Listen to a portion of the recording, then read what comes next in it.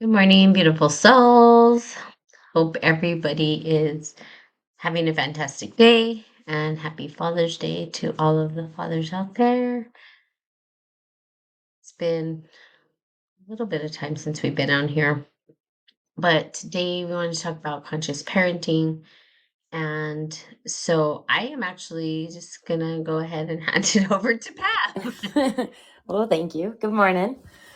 Um, yeah, so I think it's just been one of those themes that have been coming up. Like I know you've been doing some inner child reparenting and healing, and I've been dealing with parenting my teenager.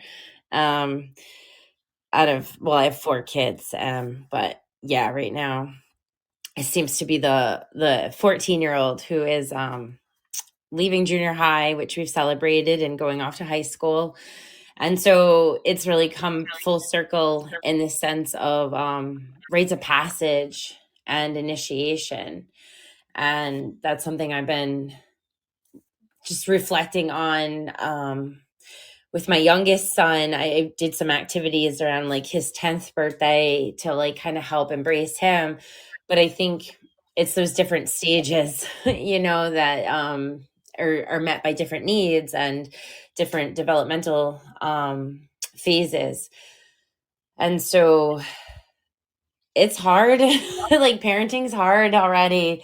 But then when you're trying to like be consciously, I think, aware of how like everything we do ripples out, right? And so as someone that's done a lot of reparenting their own inner child and has been on a path of healing, like I don't want to screw up my kids anymore than life and circumstance, already does, because again, I feel like that's part of the structure of the universe and why we're here on this, planet.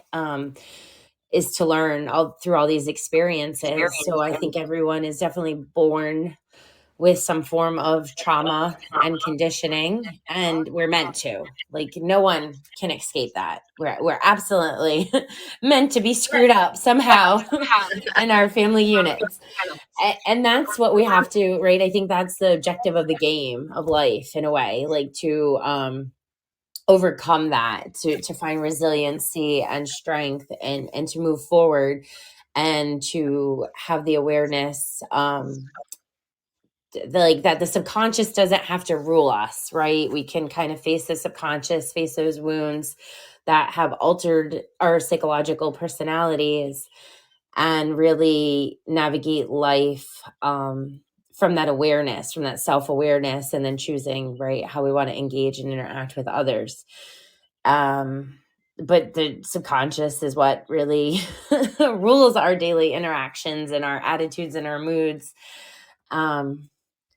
So yeah, I think it's very messy and a complex web. There's no right or wrong, ways to do anything, and we're only going to be able to navigate from how we've been able to navigate like our own internal compass. So that's kind of where I'm at. Is looking at how to bring back, yeah, rites of passage and initiation to these young boys that are kind of embracing the early phases of manhood. Um, I know they're not getting that at all from their father. He's very much like he wouldn't even spend Father's Day with my son that's about 14. He took the 10-year-old and wouldn't take the other one because of some current trouble that he kind of got himself into. And so I'm over here like, this is wrong. Like he needs you more than ever to step up and be a role model. And you're refusing to take him for your weekend visit. And to me, that's love with conditions, right? Like I will love you if you can get your crap together and not have behaviors.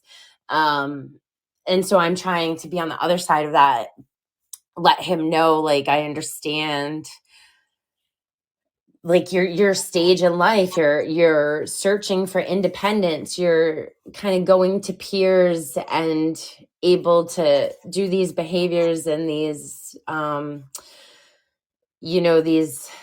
these life experiences, but that's not gonna make you the person that you're always gonna be. It doesn't make you a bad person.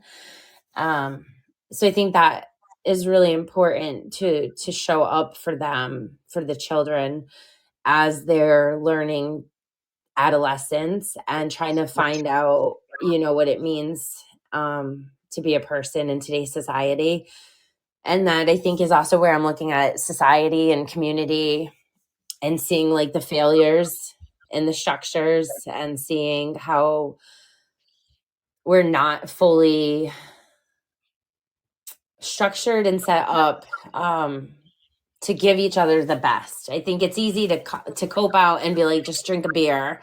You know what I mean? Our culture's so filled with just go to alcohol or find coping mechanisms. Um, and so when you're experimenting that with a teenager years, it's like, well, I don't want that to become an addictive personality based on your DNA. You know what I mean? Like just the way we're wired as humans. So it's been a roller coaster. But I know I'm not alone, and I think that's where like the inspiration of talking about it, and it's something we've talked about in private, is how as a parent, um I don't think it feels safe to fully express all of the overwhelm and the burdens and the hardships, because you're just seen as a failure or a bad parent. It's easy to judge, other people's kids when you see them and like, oh my God, that kid's a brat, whatever. Rather than to really look deeper at those actions and behaviors. Um, yeah, so I don't know what you want to interject on, initiation or rite of passage. I know, again, that was something we were talking about in private, even as, for girls, and what we didn't get. Yeah. Mm. Well, I think it's funny because it sounds like he's probably what I'm guessing is he's acting out because his dad isn't showing up. Exactly. It's like I need attention. I need to be seen. And Yeah. I think, with children, they want to be seen, they want to be heard. And if they're dismissed, there are different ways that they behave. Hmm. And it's just and that's something I think is like a built-in personality trait because it's like some will kind of close up and go quiet and others will act out, right? So Right. there's like this and parents, I think it's a cue, it's a sign. If somebody's acting out, there's something going on, and Yeah. there's a deeper concern going on there. There's something that the child is trying to express in this way, and they don't know how to express it in any other way. And sometimes that negative reinforcement is what gets them attention. So I think it's just this habit building thing, over time Mm. that occurs. Um, and it's because they want to be seen. Yeah. And they want to be heard. And if they're not going to a place where they can be seen and heard in a way that helps them to move in a direction that's meaningful, they're just gonna take whatever they get. And sometimes that's just like you said with peers. They're gonna go with their peers and like their peers don't know what they're doing. I'm not saying humans in general know what they're doing, right? But at least as adults, we have a little bit of understanding and wisdom. We've been Right. there, kind of done that. So we can kind of be like, yeah, don't touch the fire, it's hot. But their friends don't know that, they haven't even touched fire. So how would they know, right? So then they go and touch the fire, get burned. And some people need to be like touch the fire 10 times Right. before, and some people never learn, right? But and then that's a scary thing because it's like, are they gonna continue the pattern? And that's something used to tell my niece, Mm. because with her, she was, at some point just jumping from job to job to job to job. Like, she would get a job, then she'd quit, and it was always everybody else's drama. Like, it wasn't Yeah. her, right? She was just this perfect little thing. I'm like, okay, no, you're not. First of all, I know that you're not because I know you. But secondly, I told her, look, you are literally setting the pattern for your life. Mhm. If you continue this down this road, you're going to be doing this in your 30s, your 40s, your 50s, your 60s. It's just going to be a pattern that you've set for yourself. You could break patterns, but it's going to be harder. Right. So, you can break it now. And that's what's important, right? And so eventually she did. And so now she's sustained a job and it's been a long time. So I'm like, good job.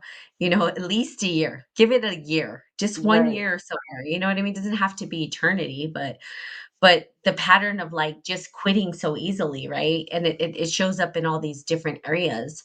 So, they don't understand, children don't understand that what they're doing now is going to have consequences when they're older. And Right. when they're young, they think it's cute.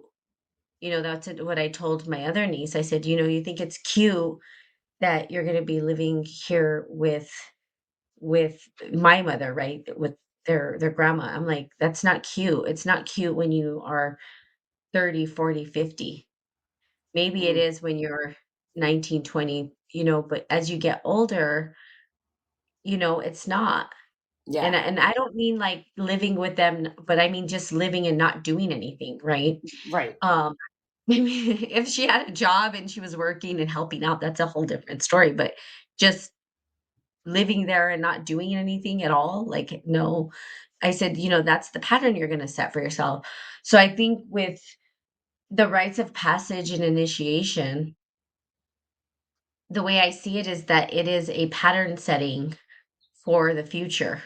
Mm. And how can you step into this next phase boldly with intention, right? Mhm. Proper intention so that you can actually be a good human being or steward to the planet, right? Rather than disruptive or crazy or whatever you want to call it. Right. And there are some very, very, very pivotal points in a child's life, in a person's life. But as children, there's some major points of like rites of initiation passages that we have to go through that we don't as society. You're absolutely correct. And one of those is your teen years when you go through puberty. And that's like the worst phase of all. Oh my Seen it. gosh. It's terrible. It's like and the reason why we call it terrible, because it really doesn't have to be, is because we don't have proper training or proper rites of passage or initiations or rituals for the children that are going through these phases as a society as a whole. You can go to like reservations. I know in New Mexico, because I'm from there, they still will have, it's probably few and far between, but they still have ceremony for women and men when they go through puberty. Mm. And the women have a whole different kind of ceremony for, when they're ready to menstruate or when they get their first menstruation and stuff like that, and then boys have a whole different type of initiation or rites of passage. Mm. So, some cultures are still holding it, but as American culture, no. We don't, No. you learn about this stuff in school, which is sex ed. And what is that? It's like some Right. generic, you know what I Right. mean? Yeah. Yeah. I remember getting deodorant and like laundry soap in the 5th grade when they like took the girls in one room and the boys in the other. And they like go through all the charts of like the ovaries and, here's what happens to have a baby. They But give you laundry soap? yeah, they gave you like a little packet of laundry soap to wash your clothes. Are you serious? That is Yeah. wow. Wow. Wow. Just Yeah, wow. like I'm in 5th grade, man. Like, and I was a late bloomer. I really was. So I had massive insecurity because I wasn't like developing. It felt like as fast as some of the other girls. And so, like, I remember like stuffing my bra Oh, for a small okay. phase because I felt like really insecure. But oh my goodness, yeah. There was no real, And like I was opposite. I had yeah. all the boobs. Right. I was trying to unstuff it. I couldn't. Right, like duct taping your chest down to make it flat like a board. No, there was no even doing that, Pam, okay? Very, very, very there was a lot going on, and there still is, and there always will be, but there was a lot going on when I was young, and it was like, yeah, there was no hiding it? I think me and this girl Shelly were the ones that were the big-chested women, girls, Yeah. young girl, and it just happened overnight too. It was like and I was like, "What am I supposed to do with this?" So, it was whatever, and that was hard because, of course, the boys were, like, raging hormones, and that was not comfortable, right? Boys Right. trying to throw things down my shirt. I mean, it was just whatever, right? And so and doing stupid things like, "Oh, can I take it out?" If they would throw literally and it goes shoop right down my blouse. Oh Yeah, my and gosh. then boys being like, "Yo, can I take it out?" Like, laughing, like, they thought it was funny. And That's I'm like, "Really?" crazy. Oh, yeah, yeah. So I've always been yeah, see? So I've always been that was my rite of passage? Really? Like, what? Right? Basketball with the boobs. That's great. Thank you. Um Yeah. I remember I had a boy put gum in my hair. I had really, really long hair, and, yeah, it's Oh, crazy, yeah. like, "Oh, that's how they like you." Really? Like, hostile, like, aggressive behaviors, but that's how you're liked. That's really, like, definitely set the tone. Right? And so I think this rites of passage, I think is critical. And, that's why, peers have become this family to these children because, even like for us, we have gangs. Yeah. There was a lot of gang stuff going on in Albuquerque, where I was from. And that's why, because they wanted to feel like they had a rites of passage, and that's what they provide. So Mm, gangs provide that, right? And so at that young age of puberty, right, these boys would go into that type of initiation, and it was aggressive, which makes mhm. sense, right? Because it's like, oh, you got to get jumped to come in, which Yeah. is like, that was their way to, so then, and then they felt like cool and like they were part of something. So it's weird because I think that as humans, we reconstruct these initiations and it's misdirected or misguided. And I don't think they Absolutely. realize that. So, and then it sets a pattern for their life. You know Mhm. what I mean? It's like, okay, now this is your initiation. Now you're in. Now this is for life. And so they're thinking, like, yeah, this is for life, you know. And some people break away from that, but some are so damaged by it that they end up in these behaviors and they just spiral. I think with a lot of my friends, I've said this a lot of times on here, is that a lot of the people that I was connected to, um, even with gang members and stuff, are dead. So Mhm. they've passed away. They are in prison, um, or they're dead in prison, or just messed up. You know what I mean, on drugs. Yeah. So so those that's kind of what the result has been, and I can tell you that a lot of them are no longer here. A lot of Yeah. them have passed away. A lot Yeah. of the people that I used to hang out with. And, so and it's funny because I was talking to my sister about a lot of these guys, and for me, because I was never part of gangs, I didn't really like that, but that was, like, the people that were around, is that a lot of these guys became really good friends, and I never saw them like that. They had this bleeding heart that they showed us, and my sister reminded me of something. She goes, "Yeah, but they didn't show that to everybody. They showed that to us Mm. because people were afraid of them." And I'm Right. like, "That's true." Like, I didn't even think about that, right? Because I didn't see them like that. To me, they were dorks and they were, you know what I mean? But to the people around, there were people that really feared them because they Yeah. were crazy, you know what I mean? Like when they had to maybe protect what they thought was going to be taken or whatever it was. And these individuals were just, they were beautiful souls. They just didn't have the right rites of initiation. They didn't have the right passage. They were put into, like, again, these gangs. They didn't Hmm. know anything else. Right. They didn't have something as a placeholder there, where in the past, the guys would have maybe went to sweat and maybe they still took out the aggression, but they did it in a different kind of way. They were taught how to take it out in a proper way, that would, not harm, but, like, give back, Right. in some way. Give back to community, like, hunting is a big thing, I think, for that age group and stuff like that, learning how to hunt, learning how to do all that, and then you bring all those gifts back to the community, um, Right.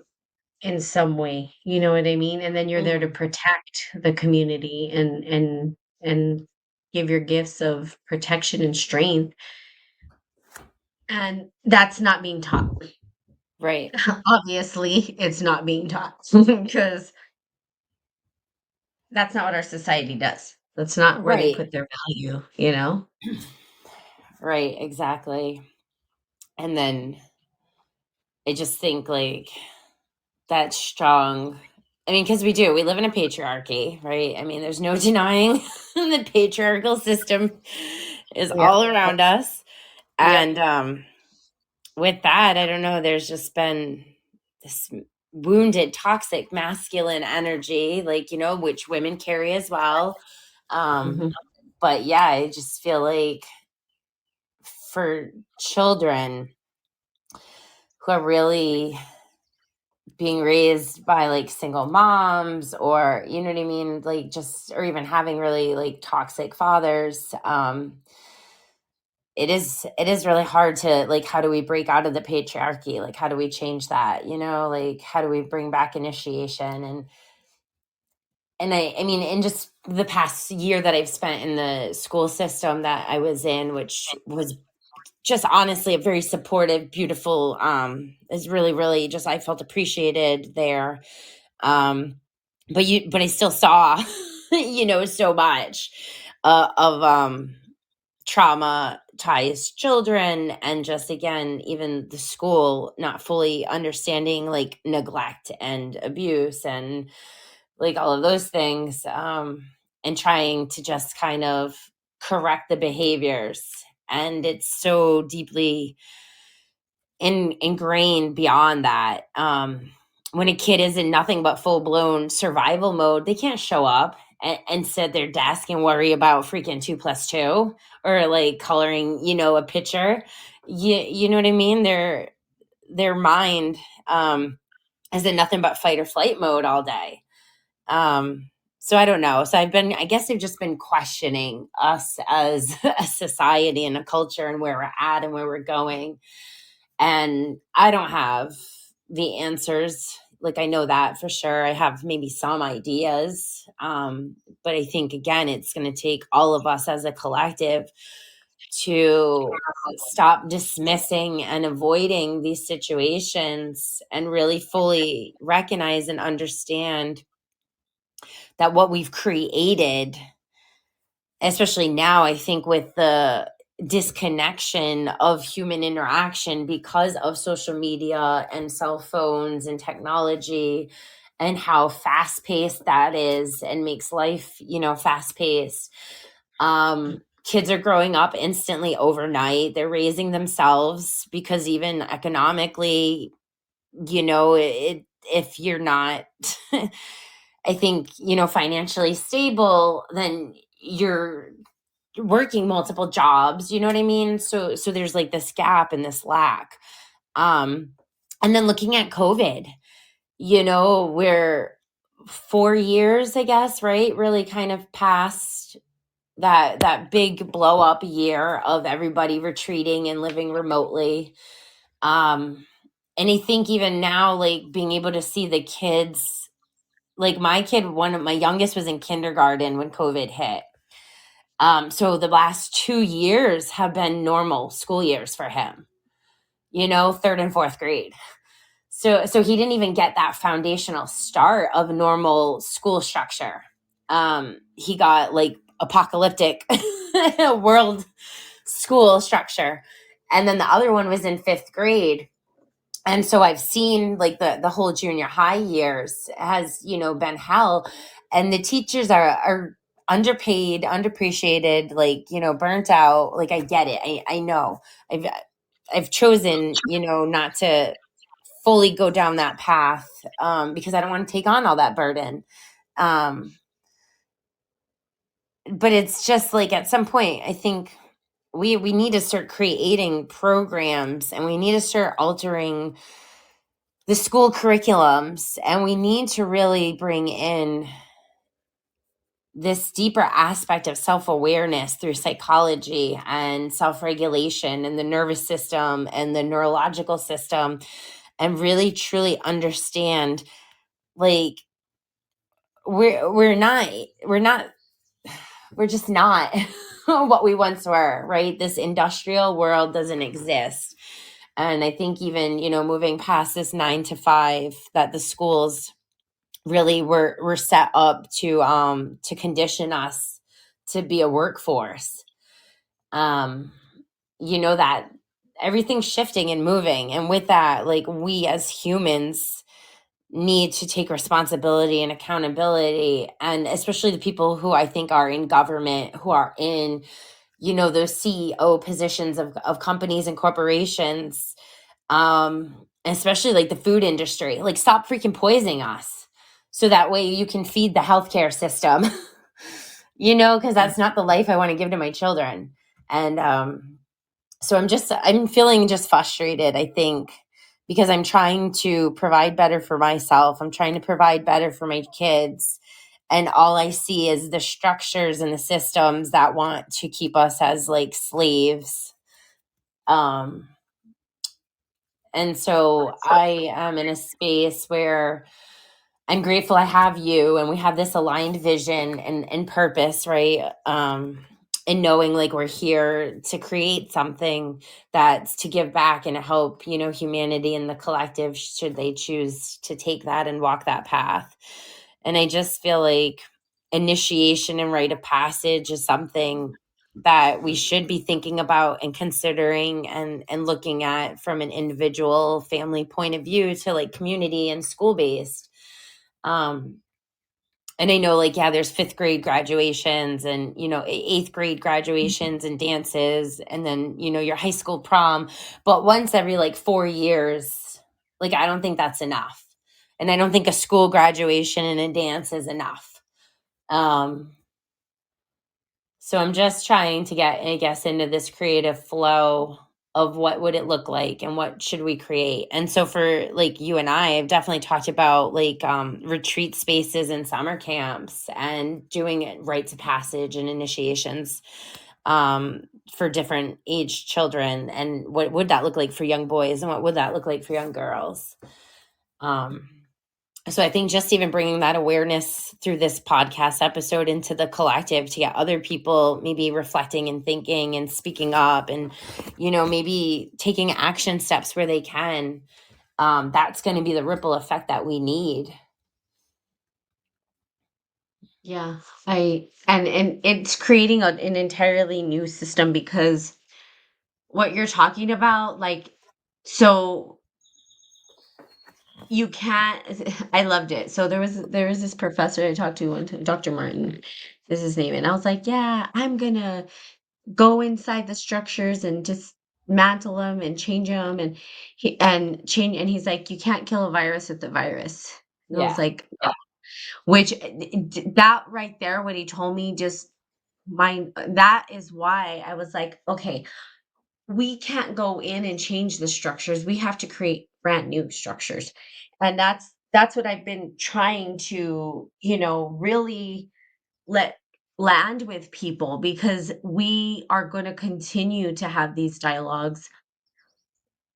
We are going to continue to be frustrated, by the systems. We are going to continue to see inequity and all these other things show up over and over again.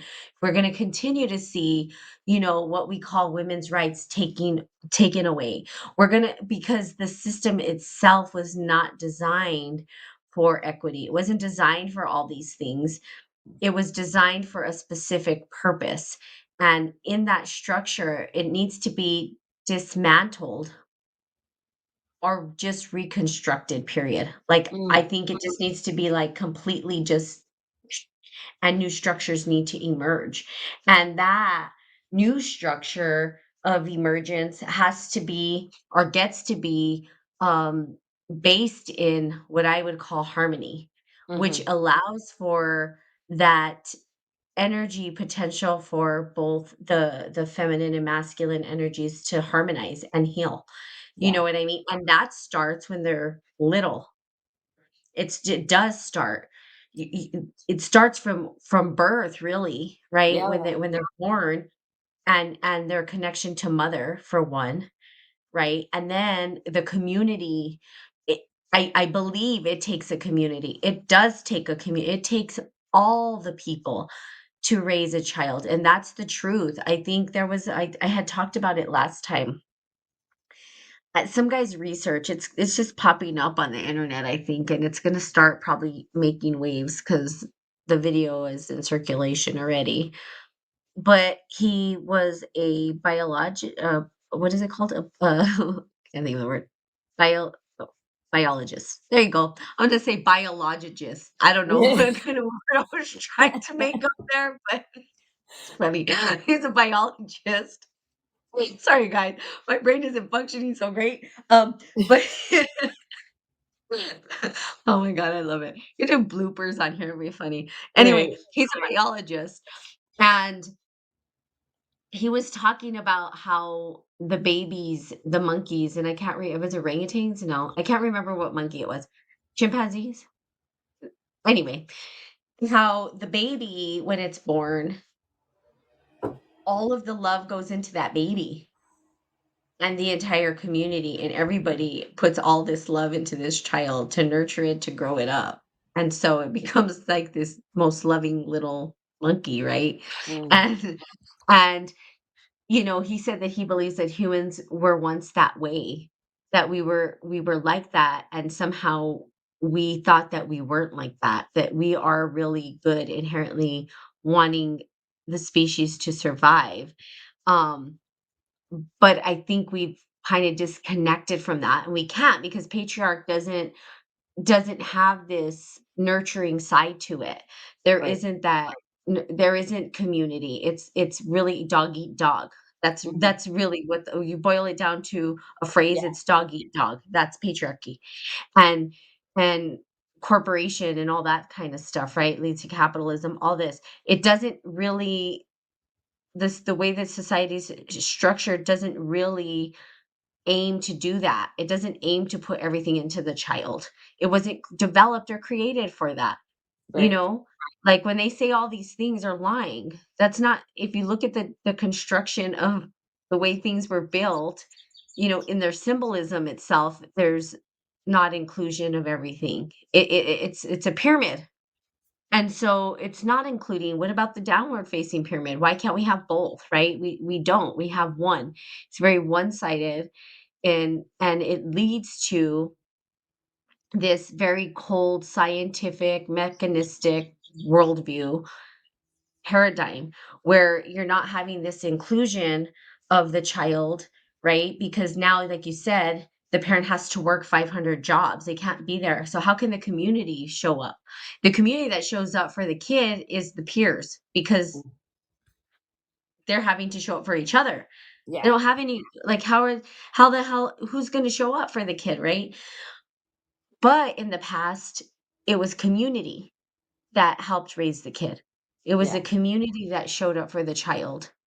That they said, "Okay, now we're gonna pass this wisdom down to you." These kids don't wanna hear our wisdom, you know why? Because 'Cause we're not even in their life. We're not we how can a parent be present in their life fully? And then Mm, now they're gonna listen to your wisdom? They don't even see you. right. There's still this, like, distrust because it's like, "But you're not even here. So I'm gonna listen to the people that are here." And, this is a big reason why I didn't have children because a part of me knew that in our even our tiny little family that we have, because my family is not very big, right? It's me and my sister, and that's it. And she had 3 children, and in my mind, I wanted to provide those resources for those children. Like, I'm like, they're gonna have me, they're gonna have, my mom, my dad, my sister, they're all of us together will pour all of the resources we can into them to give them their best chance, right? Mm, And that's the mindset that I had, you know, was, "Okay, how do we help? How do I support in that?" To give back. And a lot of it was, there were some rough times, and I'll tell you, that's how I know the puberty stage is like, oh my God. I I wanted to wring their necks at the at those ages. Something just changes in kids. I was like, whoa, who are you? Like you were so sweet and innocent, and all of a sudden you're just like attitude. I don't want to talk to you. Like I'm not cool. Like who cares about you? Type attitude. right. And I'm like, "What is going on?" And I literally had to work. There was a point where my sister was like, with her middle child, was like, "I don't know what to do. Can she stay with you?" She had to come stay with me and live with me because my sister didn't know what to do. But if we looked at it as from like the community perspective, right? It was like, "Oh, of course I'm gonna take her in." Because she is part of in my heart of hearts, part of my responsibility to help nurture this child so that she can have her best life. You know what I mean? Mm, And she responded to me better than my sister. yeah. So so I was able to say, "Okay, yes, come." But I didn't have children of my own that I had to say, "Well, I'm gonna have to kinda," you know what I mean? So I was able to take her in and I was able to kind of work with her, and it was all for good. You know what I mean? And my sister understood that too, that like, okay, it's a community. She's like never kept me from her children. You know what I mean? Yeah. She'd be like, "Can you help me out with this?" Yeah, of course. My nephew, when he was going through his kind of journey. He came to me for he was big into the video game stuff. So he had gained a lot of weight. He was it was bad. Mm, And he saw that I was always working out and active and stuff, and he was like, "Auntie, I want help with this." And I said, "Okay."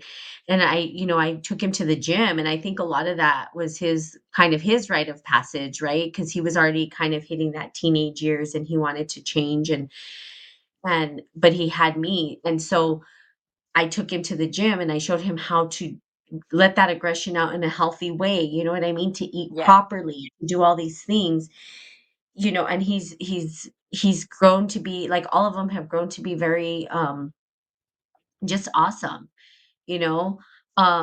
So it does take a village. Yeah. I mean, it does, and that's gonna take restructuring society, and it can't happen. It's nearly. I mean, I think you could do it in these systems maybe on the outside, but it's gonna be hard because think about the rites of passage when they happen. You build bonds with the people you go through initiation with. If it's a Mm, single initiation, you build a bond with the person who helped you through that initiation. Um, It's kinda hard when you don't have community support to continue the growth of that initiation, yeah. because then they kinda just go back into society, Right. and now they may not even have, people to talk to Right. that haven't gone through the same kinda ceremony or something, you know what I mean? So Absolutely. it's just too it's a very this is like a big it's a big, big, big, big conundrum here, but Yeah. I know, it's like, my god. And But I think, go ahead. oh, no, I was just gonna say too, like for my own personal path, I feel like whatever I missed out on in the earlier years, like the soul, right? We've definitely talked about like the soul's alchemy, right? Our own internal compass and listening to that. And I feel like with plant medicine, that was right, like my kind of rite of passage when I went to South America. I didn't see that at the time. I didn't understand it until we got into our degree program. And, I started like really reading about rite of passage and learning stuff.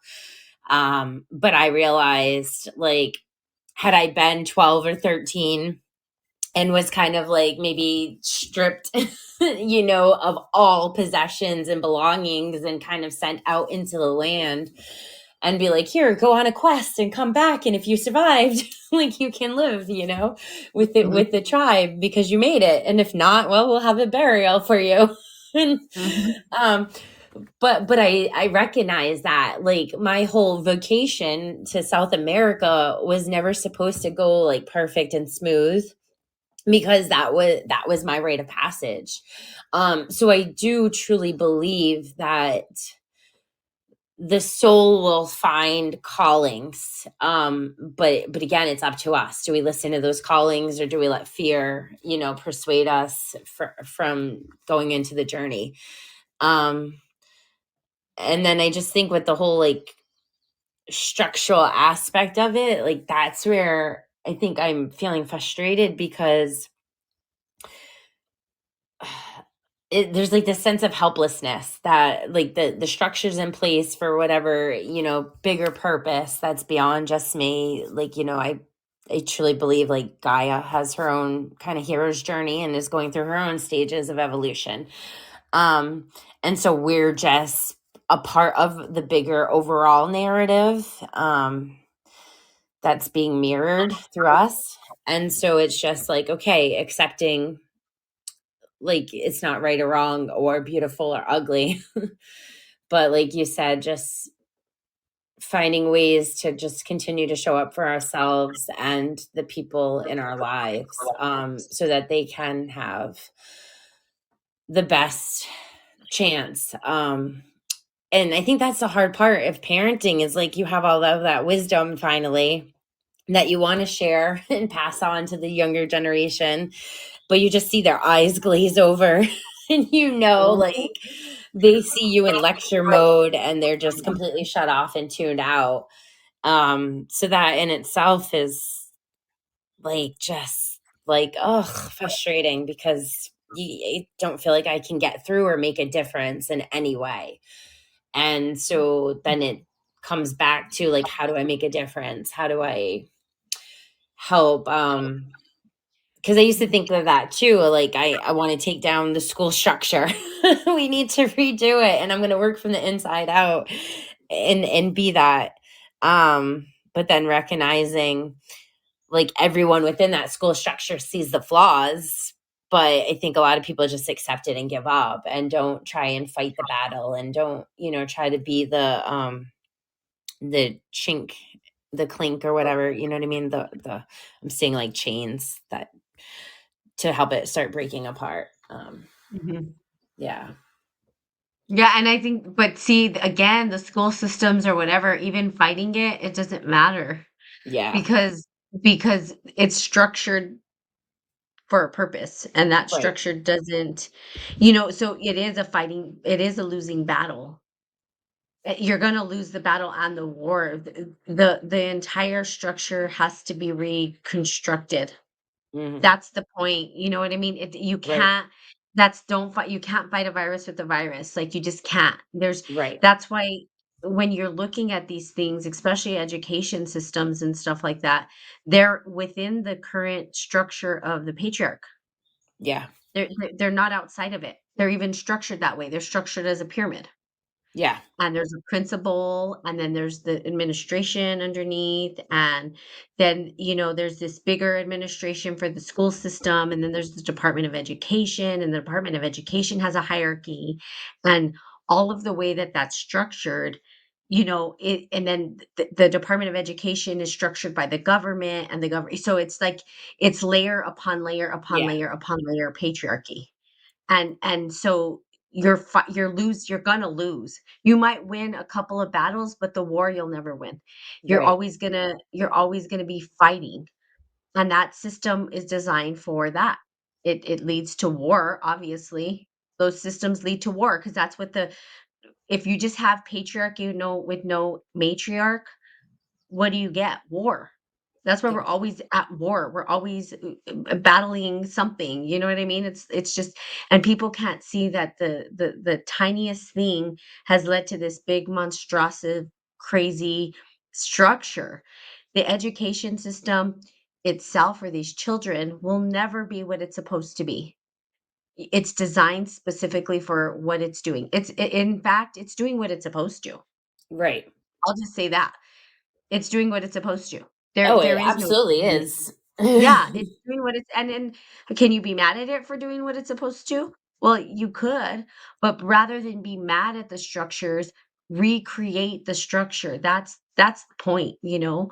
We Right. have to redesign and reimagine a new world. If we can't reimagine a new world, we're doomed.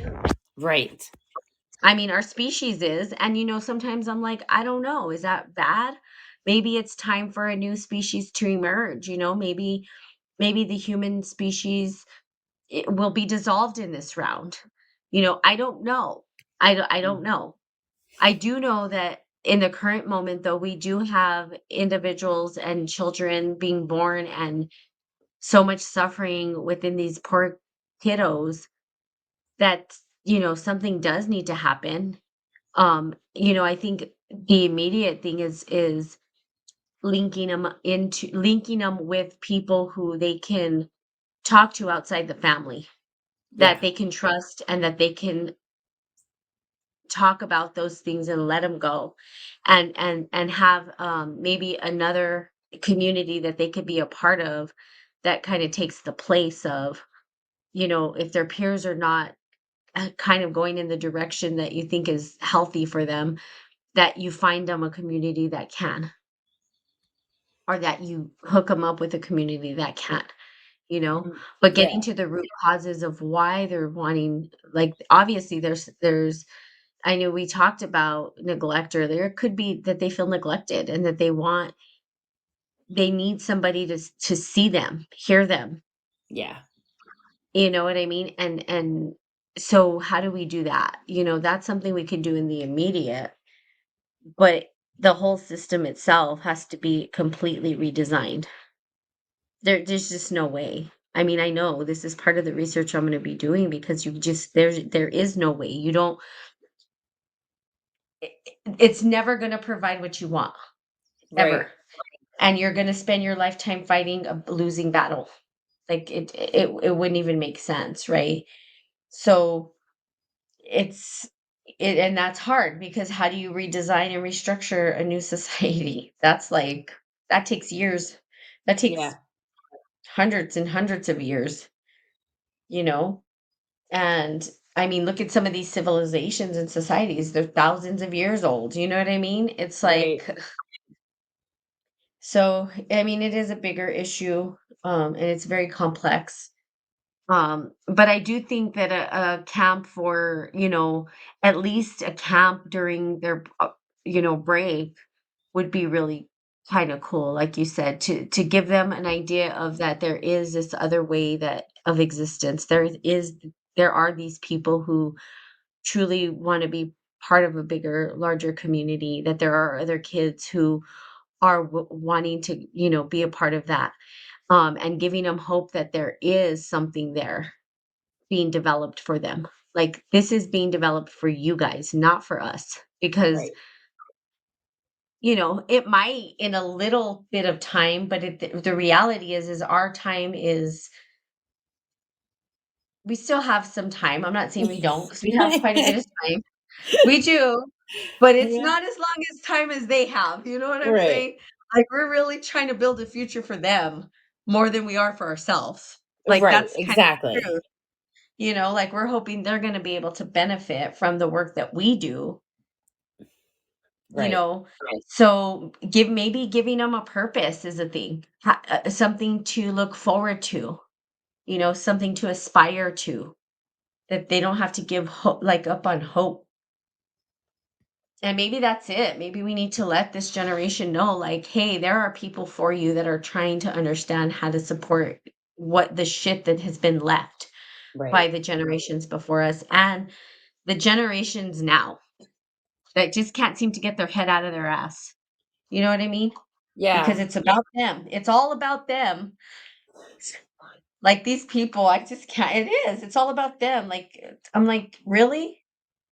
It's oh, these corporate. We're gonna. It's all about me. It's all about me and my. I'm like, get out of here. Like honestly, with your hyper ego or whatever it is, like stop. Like seriously, stop. But it is. It's about them. They're not really thinking about the futures and the children and the. You know what I mean? Oh, absolutely. It's disgusting. And don't get me started because I will go on a whole other tangent that's not even about this, which it is. It's all interconnected, as we know. Living systems. If you don't know what that theory is, go look at it.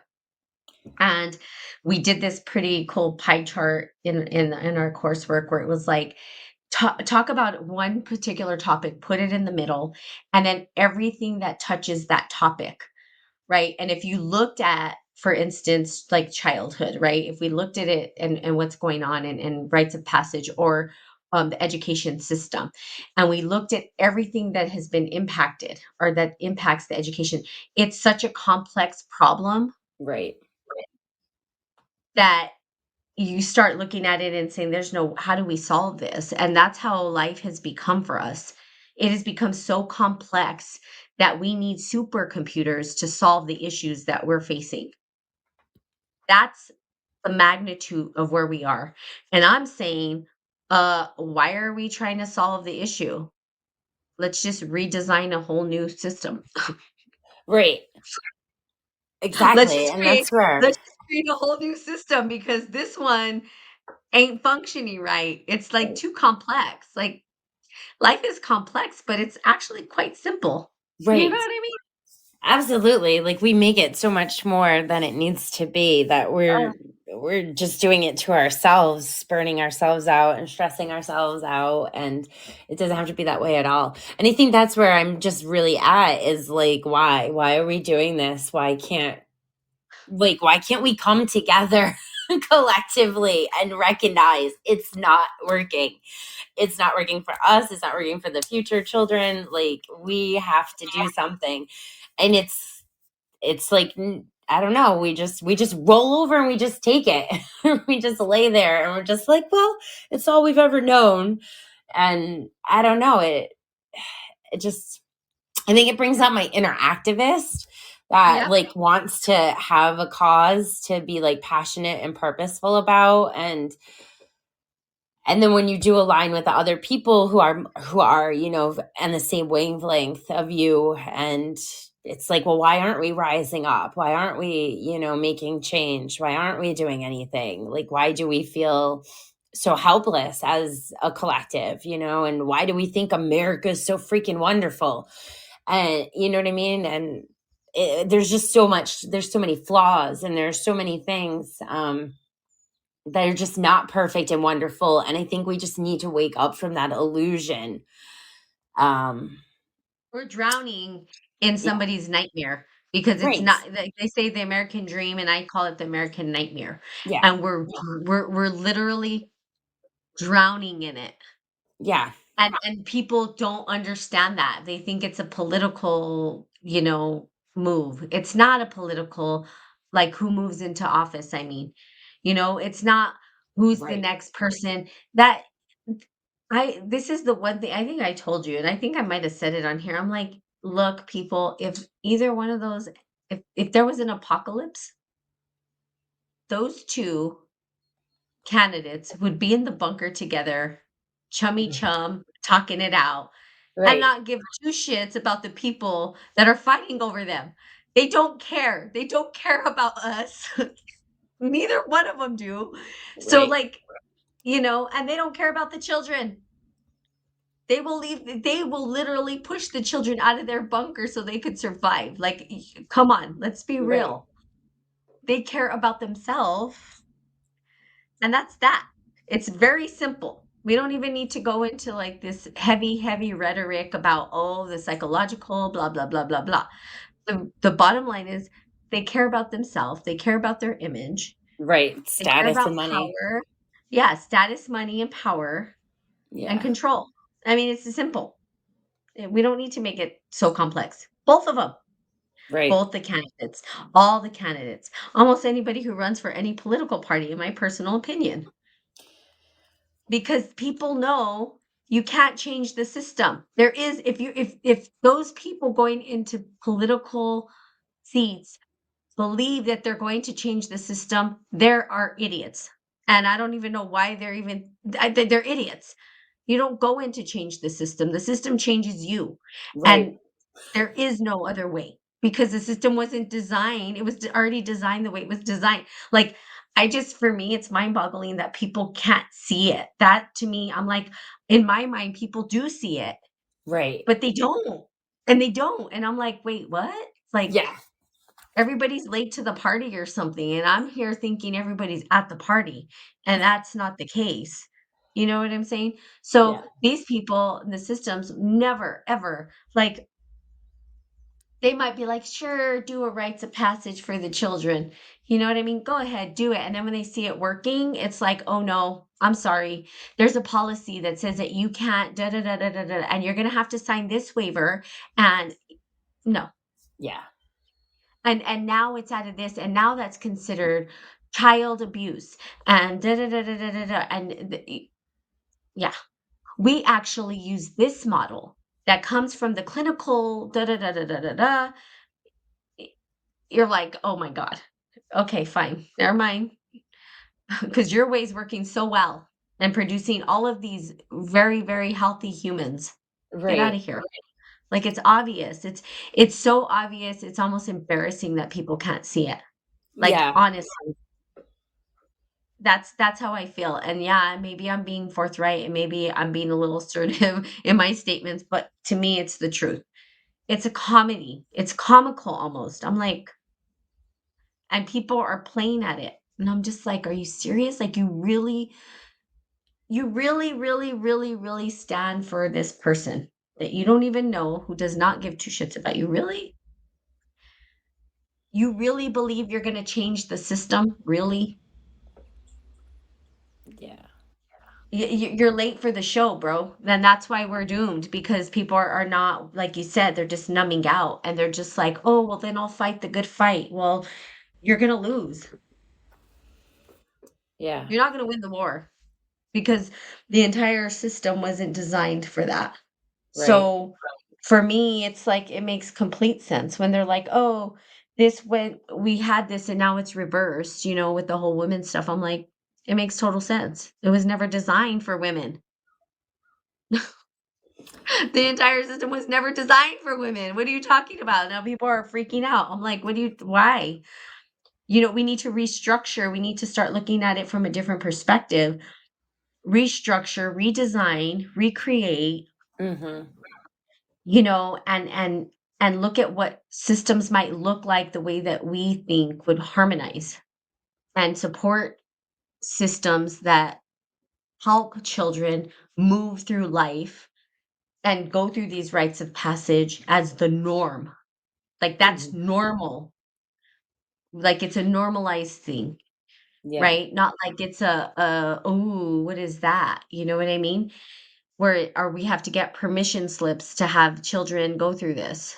You know what I mean? It's like, no, this is something these kids are going to do because it's part of the curriculum, Right. because that's the structure. That's how it was designed. Right. It's a natural process of Uh-huh. your Yep. awareness unfolding and your developmental stages, coming into play. Yep. Um, so it is important to recognize and honor that part of the human journey. Mhm. Because like I said, that the hero's journey structure um, is something we are all in, whether or not we're recognizing it and aware of it. Like there's a rhythm and a rhyme to Mhm. to being human and to the processes that we go through. It's not just born, live, go through a couple of phases over the decades and then just die of old age. But there's a real purpose between each gateway. Um, Mhm. Yep. so yeah, I'm right there. I'm ready to just recreate and just like again not put my energy and time into the systems that are currently there. Because I know like I don't fit in. I know I'm here to kind of build something new and be part of that shift that I think again is also unfolding organically. Um, but it's Yeah. good, I think, just to even have the conversations though, just to bring it to like the forefront of like the collective's mind and awareness, and really just sit there and ask ourselves, what was our rites of passage, because I feel like unless you're really like maybe Jewish with the bar mitzvahs and the bat mitzvahs, you know what I mean? Like,